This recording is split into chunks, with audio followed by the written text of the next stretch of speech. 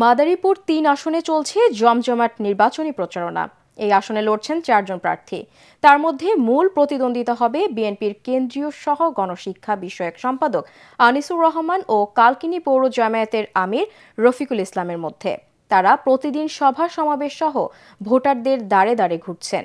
এছাড়া প্রতিটি সামাজিক ও রাজনৈতিক অনুষ্ঠানে অংশ নিচ্ছেন প্রার্থীরা, দিচ্ছেন নানা প্রতিশ্রুতি।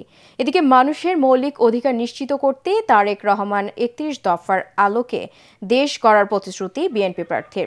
অপরদিকে জামায়াতের প্রার্থী দলমত নির্বিশেষে প্রতিহিংস রাজনীতিকে চিরবিদায় করে সুখী সমৃদ্ধ এলাকা গড়ার অঙ্গীকার করেন।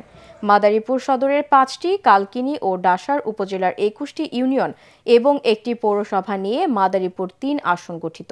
সেখানে মোট ভোটার ৩,৮৭,৮০৬ জন।